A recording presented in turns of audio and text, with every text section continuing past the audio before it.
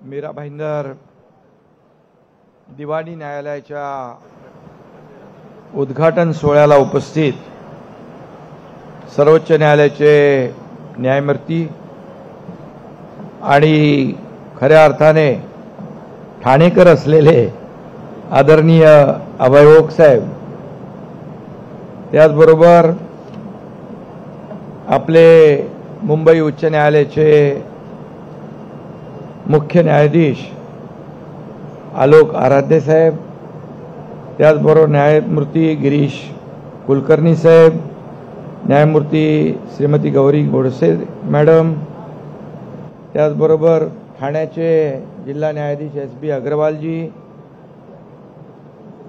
दिवाणी न्यायाधीश एस.एस. जाधव, सुदीप पासबोला बार काउन्सिलचे अध्यक्ष, त्याचबरोबर आमचे गजानन चव्हाण साहेब,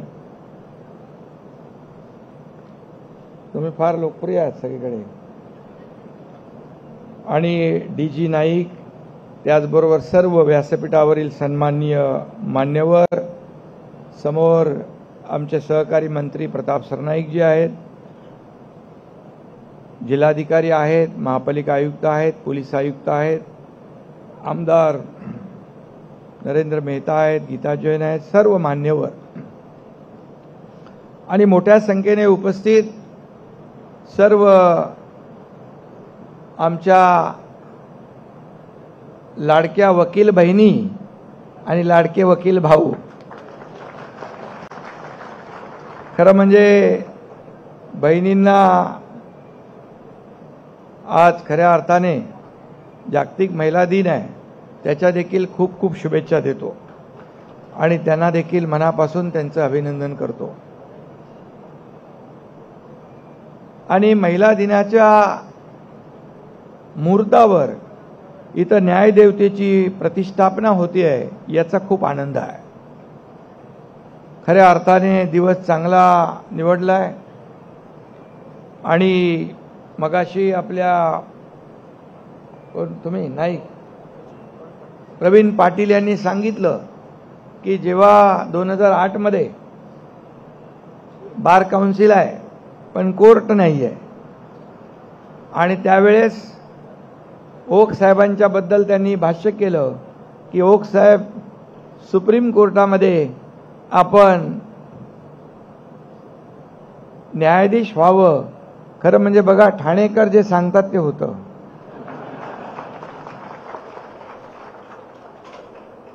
कारण त्यांची प्रामाणिक इच्छा असते, प्रामाणिक भावना असते, आणि चांगल्या माणसासाठीच ती भावना असते. ही फक्त दगडविटांची इमारत नाही, तर हे न्याय मंदिर होणार आहे.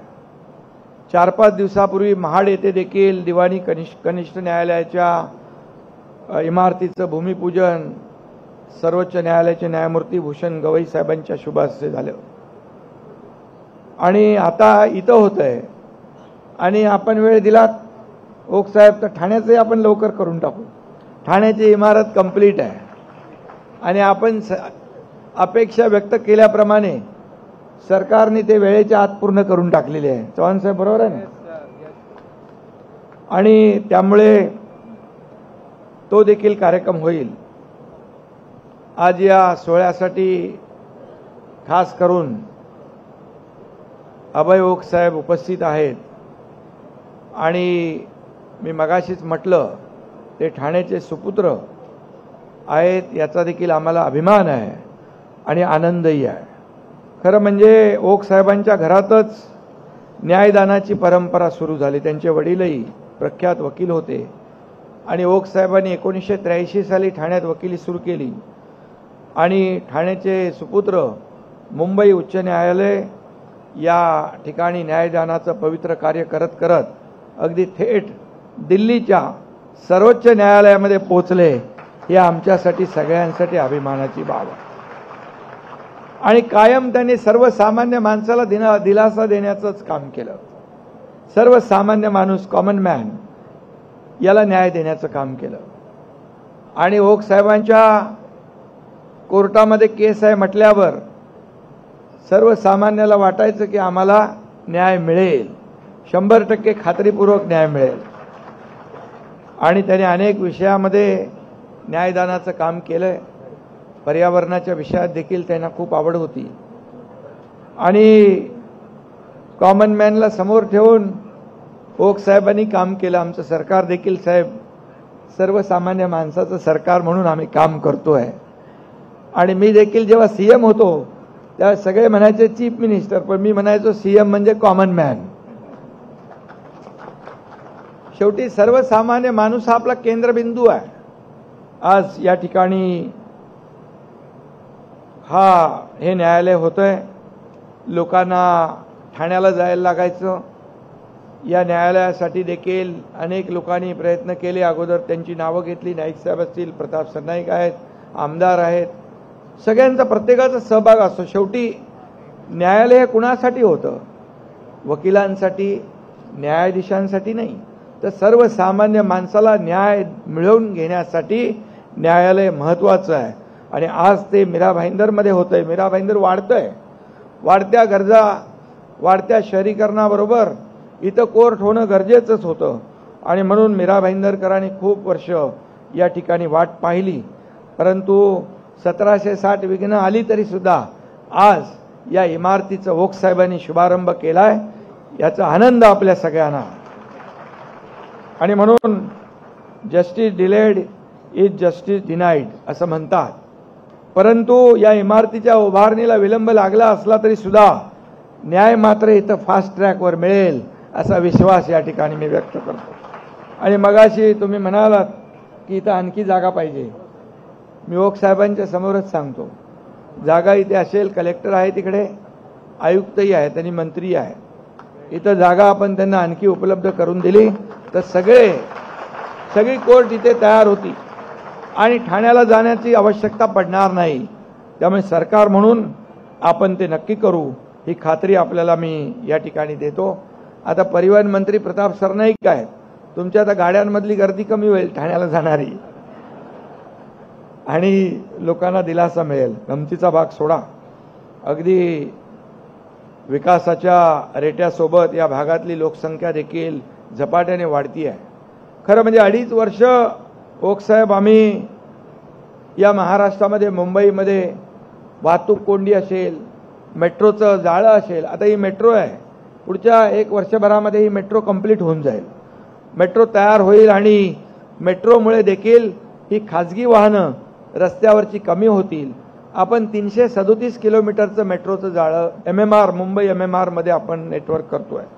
आणि यामुळे पब्लिक ट्रान्सपोर्ट चांगला असेल, मग स्वतःच्या गाड्या लोक घेऊन येत नाही, मेट्रोमध्ये बसतात आणि नक्की याचा फायदा होईल. आम्ही युद्ध पातळीवर ते काम करतोय आणि त्यामध्ये शेवटी इन्फ्रास्ट्रक्चर महत्त्वाचं आहे, कनेक्टिव्हिटी महत्त्वाची आहे आणि पब्लिक ट्रान्सपोर्ट देखील महत्त्वाचं आहे. ते देण्याचं काम सरकार करतंय. आता जिथं अगदी दाटीवाटीची जागा आहे तिथं आम्ही नवीन एक संकल्पना केली आहे, पॉड टॅक्सीची. आम्ही कुर्ला ते BKC एक पहिला प्रयोग करतोय आणि मीरा भाईंदरमध्ये देखील पॉड टॅक्सी करतोय. ठाण्यातही होईल आणि त्यामुळे खूप चांगली सुविधा लोकांना मिळेल आणि लोक लवकर लास्ट माईल कनेक्टिव्हिटी जी आहे ती मिळेल आणि लोकांना त्याचा फायदा होईल. आणि म्हणून या ठिकाणी देखील कोर्ट कमी असल्यामुळे आपल्याला तारखांवर तारखा मिळतात. परंतु या ठिकाणी आता आपण सुरू केलेला आहे. अगदी चंद्रपूरपासून बारामतीपर्यंत अनेक ठिकाणी वेगवेगळ्या स्तरावर न्यायालयांच्या इमारती उभ्या राहत आहेत. मी आपल्याला सांगू इच्छितो की मी जेव्हा मुख्यमंत्री होतो त्यावेळेस आम्ही आमच्या टीमने या ठिकाणी 32 न्यायालय सुरू केली, नवीन 17 न्यायालय त्याच्यामध्ये. आणि त्यामध्ये खूप मोठ्या प्रमाणावर पाहिलं की 32 न्यायालय केली, 14 जिल्हा व अतिरिक्त 17 न्यायालय केली. सेवानिवृत्त न्यायिक अधिकाऱ्यांना वैद्यकीय मदतीचा जो विषय होता तो केला. फास्ट ट्रॅक कोर्टातील पदं भरण्यास मान्यता दिली. रेग्युलर आणि आउटसोर्स करून 1100 पदांना मान्यता दिली. आणि त्याचबरोबर न्यायिक अधिकाऱ्यांची 2863 अतिरिक्त पदं देखील त्यालाही मान्यता दिली. आणि डिजिटायझेशन, IT आणि AI ही आता आपल्या काळाची गरज आहे, त्यावर देखील सरकार काम करत आहे. सरकार कुठंही, मी आपल्याला सांगतो, आराध्य साहेब इकडे आहेत, आता ते मुंबईचे मुख्य न्यायाधीश आहेत.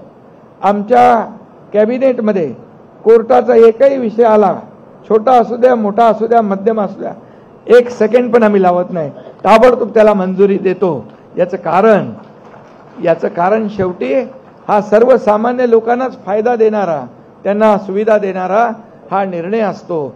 त्यामुळे खूप मोठ्या प्रमाणावर आपण या सर्व न्यायदानाच्या कामामध्ये सरकारने देखील पुढाकार घेतलेला आहे आणि ठाण्यातलं कोर्ट देखील लवकरच होत आहे.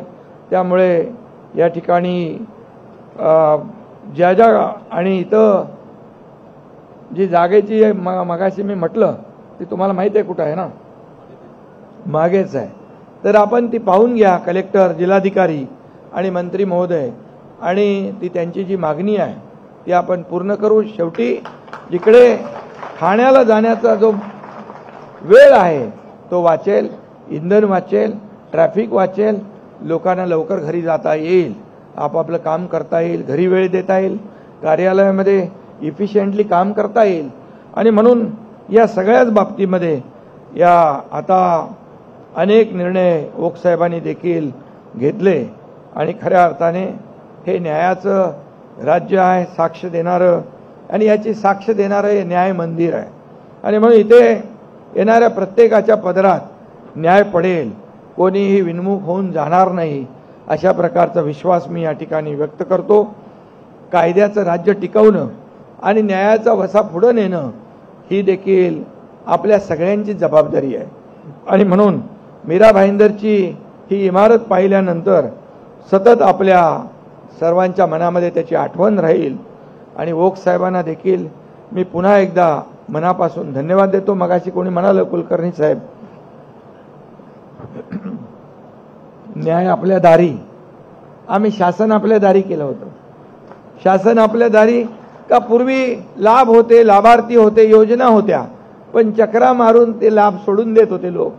आणि म्हणून आम्ही शासन आपल्या दारी या योजनेमध्ये, या आमच्या सर्वात अतिशय फ्लॅगशिप प्रोग्राममध्ये ओकसाहेब 5 कोटी लोकांना फायदा झाला. 5 कोटी लोकांना, अगदी छोट्या मोठ्या दाखल्यापासून अनेक निर्णय झाले. आणि तसंच आता न्याय आपल्या मीरा भाईंदरच्या लोकांच्या दारी आलेला आहे. आणि म्हणून मी आपल्या सगळ्यांना खूप खूप शुभेच्छा देतो, मनापासून आपल्याला धन्यवाद देतो. ओक साहेबांचं पुन्हा एकदा अभिनंदन करतो. त्यांनी वेळ दिला आणि आपल्याला उपकृत करून या इमारतीचं लोकार्पण केलं. धन्यवाद. जय हिंद, जय महाराष्ट्र. धन्यवाद साहेब.